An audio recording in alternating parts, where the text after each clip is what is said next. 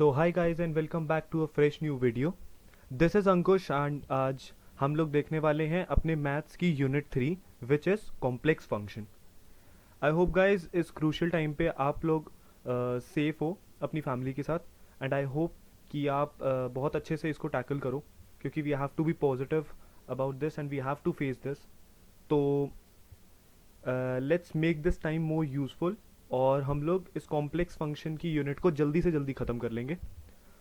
Actually ये जो unit है हमने ऑलरेडी 12th क्लास में तो पढ़ी रखी है, तो बेसिकली जितने भी टर्म्स इसमें इन्वॉल्व होंगे ऑलमोस्ट ऑलमोस्ट हमें सारे के सारे पता होंगे।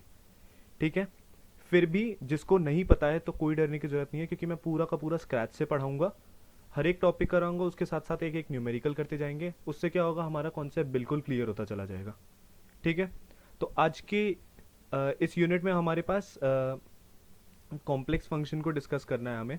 इसमें इस वीडियो में मैं तीन चीज़ों को डिस्कस करूंगा आपके साथ। एक होगा कॉन्सेप्ट ऑफ कॉम्प्लेक्स फंक्शन, एक होगा कॉन्टिन्यूटी ऑफ अ फंक्शन, एक होगा लिमिट ऑफ अ फंक्शन। ठीक है, तो सबसे पहली चीज़ हमारे पास क्या है? सबसे पहली चीज़ है हमारे पास कि कार्टेशियन फॉर्म क्या होती है। मतलब एक्चुअली हम लोग कॉम्प्लेक्स वेरिएबल को डिस्कस करेंगे। कॉम्प्लेक्स वेरिएबल में हमारे पास तीन फॉर्म्स होते हैं, कार्टेशियन फॉर्म, पोलर फॉर्म और एक्सपोनेंशियल फॉर्म। ठीक है, तो सबसे पहला फॉर्म क्या होगा हमारे पास? सबसे पहला फॉर्म ये होता है कार्टेशियन फॉर्म। कार्टेशियन फॉर्म में हमने क्या देखा, हमारे पास होता है x प्लस आयोटा वाई। तो इन जनरल यहाँ पे ना जनरली लिखा होता है z equals to x plus iota Y, जहाँ पे x हमारे पास एक कुछ रियल पार्ट होगा और आयोटा y हमारे पास कुछ एक इमेजिनरी पार्ट होगा। ठीक है, तो ये काफ़ी सिंपल सी चीज़ होती है, काफ़ी सिंपल फॉर्म है जो कि हमने हमेशा ही देख रखी है। ठीक है, 12th से देखते आ रहे हैं ये चीज़।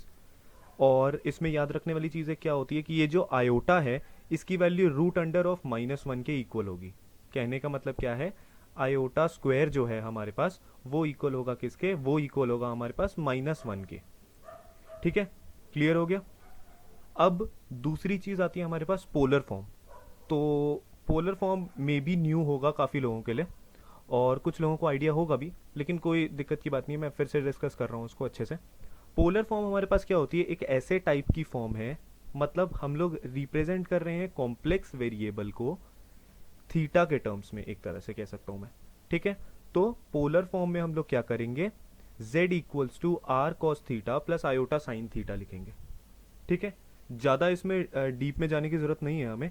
इसमें बस ये चीज़ ध्यान रखने की ज़रूरत है कि अगर वो बोलता है क्वेश्चन में कि पोलर फॉर्म गिवन है हमें, आगे जाके जब वो बोलेगा तो मेरे को बस ये दिमाग में आ जाना चाहिए कि हाँ उसका पोलर फॉर्म कैसा होगा, z equals to R cos theta plus iota sine theta के फॉर्म में।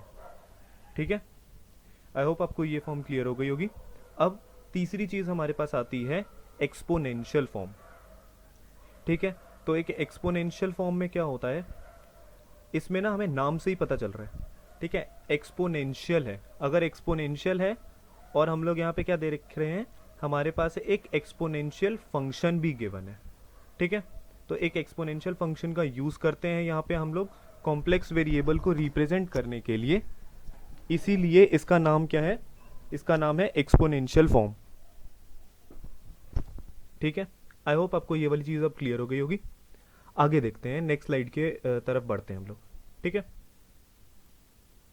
ठीक है, तो इसके बाद हमारे पास आता है लिमिट ऑफ अ फंक्शन।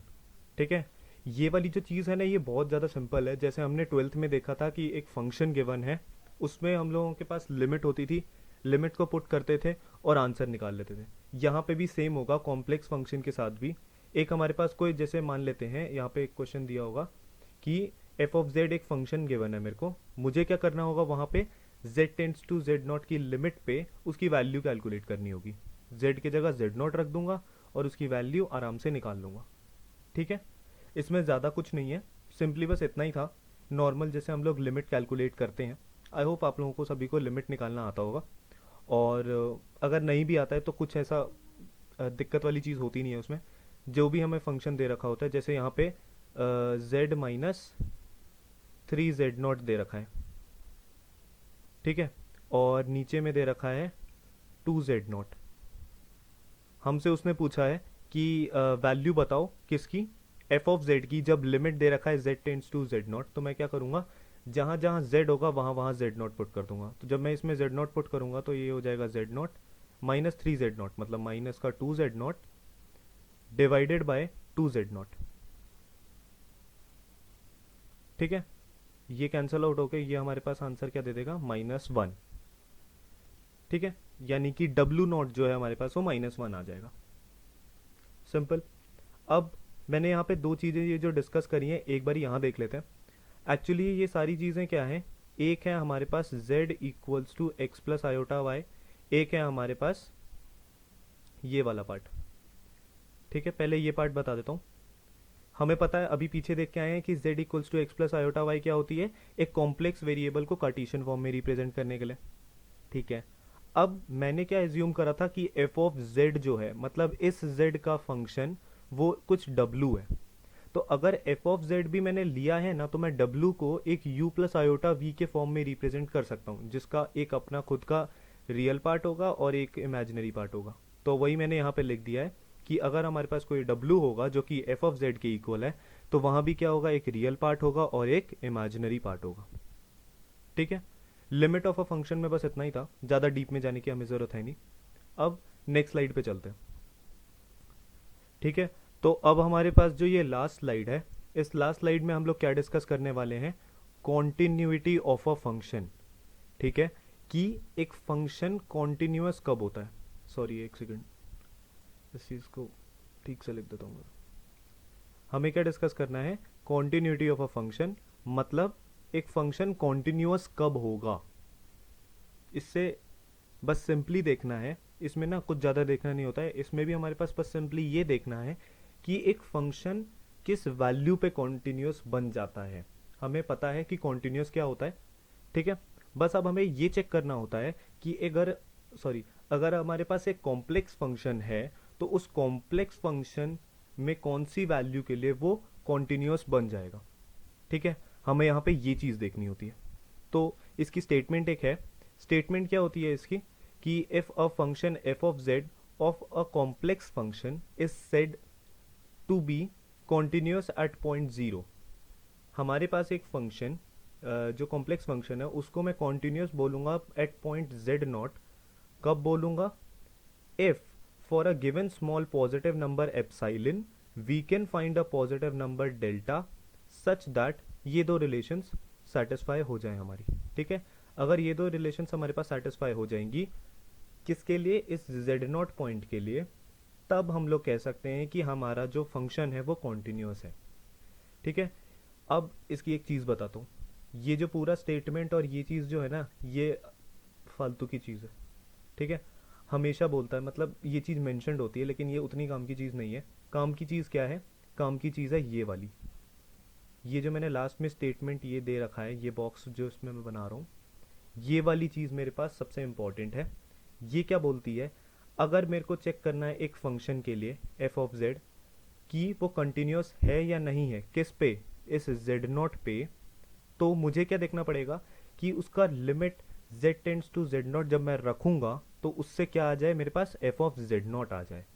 ठीक है, क्लियर हो गया।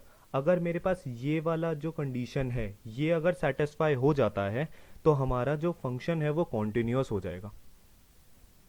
समझ में आ गया ये वाली स्टेटमेंट, और इसको ध्यान में देने की कोई जरूरत नहीं है, मतलब ध्यान से देखने की कोई भी जरूरत नहीं है।